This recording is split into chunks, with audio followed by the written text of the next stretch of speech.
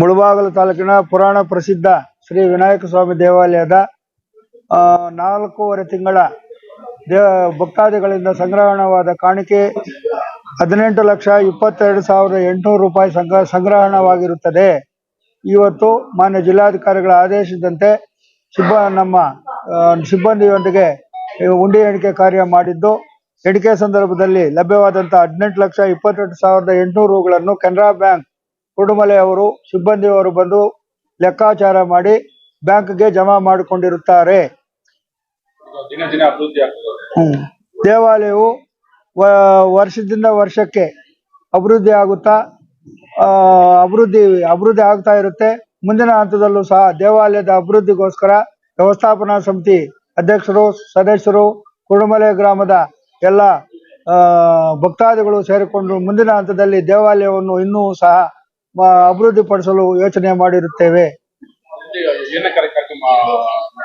ಮುಂದಿನ ಹಂತದಲ್ಲಿ ಇಲ್ಲಿ ನಮಗೆ ಒಂದು ಪ್ರಸಾದ ಮಾಡೋದಕ್ಕೆ ಒಂದು ಪ್ರಸಾದ ಕಟ್ಟಡ ಮತ್ತು ವಿಶೇಷ ಭಕ್ತಾದಿಗಳು ವಿಶೇಷವಾಗಿ ದೇವರ ದರ್ಶನ ಮಾಡೋದಕ್ಕೆ ವಿಶೇಷ ಸರತಿ ಸಾಲನ್ನು ಮಾಡಲು ಯೋಚನೆ ಮಾಡಿದ್ವಿ.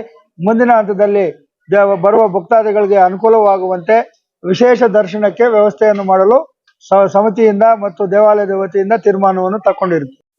ನಮ್ಮ ಬ್ಯಾಂಕ್ ಕೆನರಾ ಬ್ಯಾಂಕ್ ಕುರುಡುಮಲೆ ಸಿಬ್ಬಂದಿ, ನಮ್ಮ ತಾಲೂಕು ಕಚೇರಿ ಸಿಬ್ಬಂದಿ, ಗ್ರಾಮ ಲೆಕ್ಕಿಗರು, ಗ್ರಾಮ ಸಹಾಯಕರು ಮತ್ತು ನಮ್ಮ ಆಡಳಿತ ಸಮಿತಿ ವ್ಯವಸ್ಥಾಪನಾ ಸಮಿತಿ ಅಧ್ಯಕ್ಷರಾದಂಥ ಮಂಜುನಾಥ್ ಅವರು ಮತ್ತು ನಮ್ಮ ವಿನಾಯಕ್, ಶ್ರೀನಿವಾಸಾಚಾರಿ ಮತ್ತು ಶಿವಣ್ಣ, ಎಲ್ಲ ಸಮಿತಿ ಸದಸ್ಯರು ಮತ್ತು ಕುರುಡುಮಲೆ ಗ್ರಾಮದ ಭಕ್ತಾದಿಗಳು ಸಹ ಎಲ್ಲ ಬಂದು ಇಲ್ಲಿ ಸೇರಿ ಉಂಡಿ ಎಣಿಕೆ ಕಾರ್ಯ ಮಾಡಿರುತ್ತಾರೆ. ದೇವಸ್ಥಾನದ ಆಡಳಿತ ವತಿಯಿಂದ ಎಲ್ಲರಿಗೂ ಸಹ ಧನ್ಯವಾದಗಳನ್ನ ಅರ್ಪಿಸ್ತಾ ಇದ್ವಿ. ಹೌದು, ಈ ಪ್ರತಿ ದೇವಾಲಯಕ್ಕೂ ಪ್ರತ್ಯೇಕವಾದಂತ ಒಂದು ಖಾತೆ ಇರುತ್ತೆ. ಇಲ್ಲಿ ಸಂಗ್ರಹಣೆ ಆಗುವಂತ ಹಣವನ್ನು ಇದೇ ದೇವಸ್ಥಾನಕ್ಕೆ ಸಹ ಖರ್ಚು ಮಾಡ್ತೀವಿ. ಇದನ್ನ ಬೇರೆ ದೇವಸ್ಥಾನಕ್ಕೆ ನಾವು ಖರ್ಚು ಮಾಡಲ್ಲ. ಇಲ್ಲಿ ಏನು ಸಂಗ್ರಹಣವಾಗುತ್ತೆ ಇಲ್ಲಿನ ಅಭಿವೃದ್ಧಿ ಕೆಲಸಗಳಿಗೆ ನಾವು ಇದು ಮಾಡ್ತೀವಿ. ಇಲ್ಲಿ ಈಗಿನ ಇದರಲ್ಲಿ ವಿನಾಯಕ ಸ್ವಾಮಿ ಮೊದಲನೇ ಸ್ಥಾನದಲ್ಲಿದೆ. 2ನೇದು ಕುರುಡುಮಲೆ, 3ನೇದು ಗರುಡ, 4ನೇದು ಬಂದು ಆವಣಿ, 5ನೇದು ಬಂದು ಗಟ್ಟು ವೆಂಕಟರಮಣ ಸ್ವಾಮಿ. ಈ ಕುರುಡುಮಲೆ ಶ್ರೀ ವಿನಾಯಕ ಸ್ವಾಮಿ ದೇವಸ್ಥಾನ ಪ್ರತಿಷ್ಠೆಯಾಗಿ 4 ಯುಗಗಳಾಗಿದೆ. ಋತು, ತ್ರೇತ, ದ್ವಾಪರ, ಕಲಿಯುಗ. ಮೂರ್ತಿ ಪ್ರತಿಷ್ಠಾಪನಾಗಿ ಕೃತಯುಗದಲ್ಲಿ ಬ್ರಹ್ಮ, ವಿಷ್ಣು, ಮಹೇಶ್ವರರು ತ್ರಿಮೂರ್ತಿಗಳು ಸೇರಿ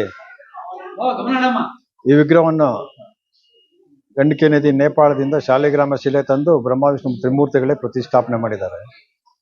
ಇಲ್ಲಿ ದೇವಾನುದೇವತೆಗಳು ಎಲ್ಲ ಕೂಡಿ ಇಲ್ಲಿ ಪ್ರತಿಷ್ಠಾಪನೆ ಮಾಡೋದಕ್ಕೆ ಇದು ಕೂಡುಮಲೆ ಕೂಟಾದ್ರಿ ಅಂತ ಪುರಾಣ ಇತಿಹಾಸದಲ್ಲಿ ಹೆಸರುಗಳಿದೆ.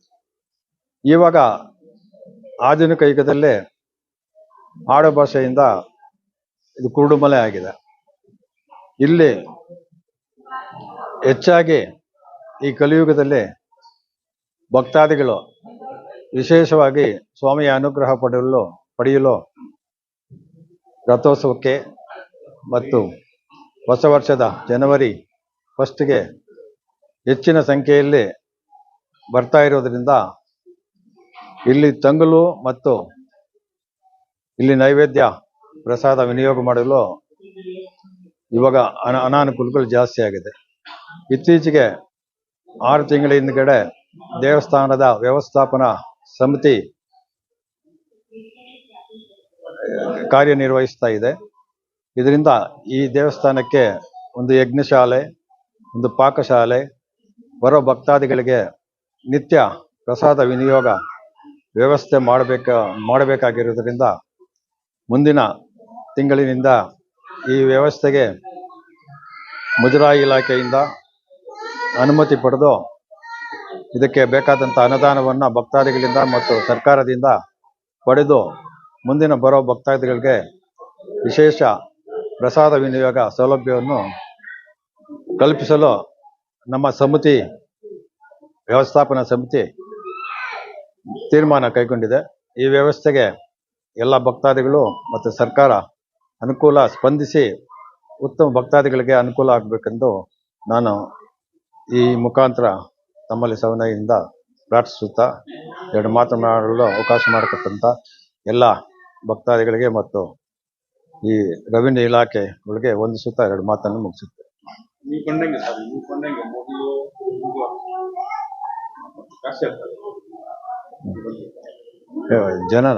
ಜನಗಳು ಮೊದಲು ಬಸ್ ಸೌಲಭ್ಯಗಳು ಮತ್ತು ವಿಶೇಷತೆ ಇಲ್ಲದರಿಂದ ಕಡಿಮೆ ಜನ ಬರ್ತಾ ಇತ್ತು. ಇವಾಗ ವಿಶೇಷದ ಬಸ್ ಅನುಕೂಲಗಳಿದೆ. ಫ್ರೀ ಎಲ್ಲ ಹೆಣ್ಣು ಮಕ್ಕಳಿಗೆ ಮತ್ತು ಹೆಂಗಸರಿಗೆಲ್ಲ ಉಚಿತ ಬಸ್ ಪ್ರಯಾಣ ಇರೋದ್ರಿಂದ ಇತ್ತೀಚೆಗೆ ಪ್ರಯಾಣಿಕರು ಜಾಸ್ತಿ ಆಗ್ತಾ ಇದೆ. ಹೋದ ವರ್ಷಕ್ಕಿಂತ ಈ ಸಲ 7,5 ಲಕ್ಷ ಹುಂಡಿಯಲ್ಲಿ ಆದಾಯ ಜಾಸ್ತಿ ಆಗಿದೆ. ವರ್ಷಕ್ಕೆ ಭಕ್ತಾದಿಗಳು ಜಾಸ್ತಿ ಆಗ್ತಾ ಇರೋದ್ರಿಂದ ಹುಂಡಿ ಹಣ ಕೂಡ ಹೆಚ್ಚಾಗ್ತಾ ಹೋಗ್ತಾ ಇದೆ. ಈ ಸೌಲಭ್ಯವನ್ನು ಉಪಯೋಗಿಸ್ಕೊಂಡು ಭಕ್ತಾದಿಗಳಿಗೆ ಇನ್ನೂ ಅನುಕೂಲಗಳು ಮಾಡಬೇಕು. ಇದನ್ನೆಲ್ಲ ಸ್ವಲ್ಪ ದೇವಸ್ಥಾನದ ಸುತ್ತಲೂ ಕಲ್ಲು ಚಪ್ಪಡಿಗಳನ್ನು ಜೋಡಿಸೋದಿದೆ. ಇನ್ನು ನೀರಿನ ಸೌಲಭ್ಯ ಮತ್ತು ಉಳ್ಕೊಳ್ಳೋಕ್ಕಿನ್ನ ವ್ಯವಸ್ಥೆಗಳ ರೂಮುಗಳು ಇವೆಲ್ಲ ಅನುಕೂಲ ಮಾಡಬೇಕೆಂದು ಇವಾಗ ಕೋರ್ತಾ ಇದೆ. ಭಕ್ತಾದಿಗಳು ಜಾಸ್ತಿ ಆಗ್ತಾ ಇದೆ, ದಿನೇ ದಿನೇ ಜಾಸ್ತಿ ಆಗ್ತಾ ಇದೆ. ತುಂಬಾ ಜನ ಕೇಳ್ತಾರೆ ದೇವಸ್ಥಾನದಲ್ಲಿ ಕಲ್ಯಾಣ ಪೂಜೆ ಮಾಡಬೇಕು, ಕಲ್ಯಾಣ ಈ ವ್ಯವಸ್ಥೆ ಹೆಂಗಿರುತ್ತೆ ಅಂತ ಕೇಳ್ತಾರೆ. ಇವಾಗ ಇರೋ ವ್ಯವಸ್ಥೆಯಲ್ಲೇ ಅವರ ಹರಕೆ ಪ್ರಕಾರ ಮದುವೆಗಳು ನಡೀತಾನೆ ಇರ್ತದೆ. ಮುಂಜಾನೆ ಬರ್ತಾರೆ, ಇಲ್ಲಿ ಯಾತ್ರಿ ನಿವಾಸ ಇದೆ, ಅಲ್ಲಿ ಉಳ್ಕೊಳ್ಳೋಕ್ಕೆ ರೂಮ್ಗಳಿದೆ, ಆ ರೂಮ್ಗಳಲ್ಲಿ ಉಳ್ಕೋತಾರೆ. ಮತ್ತೆ ಚೌಟ್ರಿ ಇದೆ, ಕಲ್ಯಾಣ ಮಂಟಪ ಇದೆ. ಕಲ್ಯಾಣ ಮಂಟಪದಲ್ಲಿ ದುಡ್ಡಿರೋರು ಹೆಚ್ಚಾಗಿ ಆಗ್ತದೆ. ಬಡಬಗ್ಗರಿಗೂ ಇಲ್ಲಿ ಮದುವೆ ಮಾಡ್ಕೊಂಡು ಹೋಗ್ತಾರೆ, ಸಿರಿವಂತರು ಬಂದು ಇಲ್ಲಿ ಮದುವೆ ಮಾಡ್ಕೊಂಡು ಹೋಗ್ತಾರೆ. ಭಗವಂತನ ಅನುಗ್ರಹಕ್ಕೋಸ್ಕರ ಅವರವರ ಭಕ್ತಿಗೆ ತಕ್ಕಂಡಾಗೆ ಯಾವ ರೀತಿ ಅನುಕೂಲ ಬೇಕೋ ಆ ರೀತಿ ಅನುಕೂಲ ಇಲ್ಲಿ ಪಡಿಬಹುದು. ಇಲ್ಲಿ ಮುಳಬಾಗಿಲು ತಾಲೂಕಿನ ಪುರಾಣ ಪ್ರಸಿದ್ಧ ಶ್ರೀ ವಿನಾಯಕ ಸ್ವಾಮಿ ದೇವಾಲಯದಲ್ಲಿ ರಾಜ್ಯ ಹೊರ ರಾಜ್ಯಗಳಿಂದ ಭಕ್ತಾದಿಗಳು ಆಗಮಿಸ್ತಾರೆ. ಅವರ ಹರಕೆಯಂತೆ ಬಡವರು ಶ್ರೀಮಂತರು ಸಹ ದೇವಾಲಯದ ಆವರಣದಲ್ಲಿ ಮದುವೆ ಮಾಡಿಕೊಂಡು ಬರ್ತಾರೆ. ಪ್ರತಿ ತಿಂಗಳಿಗೆ ಸುಮಾರು ಅಂದ್ರೆ ಒಂದು 20ರಿಂದ 30 ಮದುವೆ ಆಗ್ತಾ ಇರುತ್ತೆ. ಇಲ್ಲಿ ಶ್ರೀ ವಿನಾಯಕ ಸ್ವಾಮಿ ಕಲ್ಯಾಣ ಮಂಟಪ ಸಹ ಇದೆ, ಅಲ್ಲಿ ಮಾಡ್ಕೊಳ್ಳೋರು ಅಲ್ಲಿ ಮದುವೆ ಮಾಡ್ಕೊಳ್ತಾರೆ. ಸ್ಥಿತಿವಂತರು ಸ್ವಲ್ಪ ಬಡಬಗ್ಗರೆಲ್ಲ ದೇವಾಲಯದಲ್ಲಿ ಮುಹೂರ್ತ ಹಾಕೊಂಡು ನಮ್ಮ ಯಾತ್ರಿ ನಿವಾಸದಲ್ಲಿ ರೂಮ್ಸ್ ಎಲ್ಲ ಅವ್ರ ಸೌಲಭ್ಯ ಇದೆ, ಅಲ್ಲಿ ಇದ್ಕೊಂಡು ಮದುವೆ ಮಾಡಿಕೊಂಡು ಅವ್ರ ಹರಕೆ ತೀರಿಸ್ಕೊಂಡು ದೇವರ ದರ್ಶನ ಪಡೆದು ಹೋಗ್ತಾರೆ. ಇದಕ್ಕೆ ಮದುವೆಗೆ 500 ರೂಪಾಯಿ ಸರ್ಕಾರ ನಮ್ಮ ದೇವಾಲಯ ವತಿಯಿಂದ 500 ರೂಪಾಯಿ ನಾವು ಇದರಿಂದ ರಸೀದ್ ಕೊಡ್ತೀವಿ. ಮತ್ತೆ ಅವರು ಏನು ಸಾಮಗ್ರಿಗಳು ಅವರೇ ತರ್ತಾರೆ, ಇಲ್ಲಿ ಅರ್ಚಕರು ಇರ್ತಾರೆ, ಕೊಟ್ಟು ಪೂಜೆ ಮಾಡ್ಕೊಂಡು ಮದುವೆ ಕಾರ್ಯಕ್ರಮ ಮುಗಿಸ್ಕೊಂಡು ಹೋಗ್ತಾರೆ.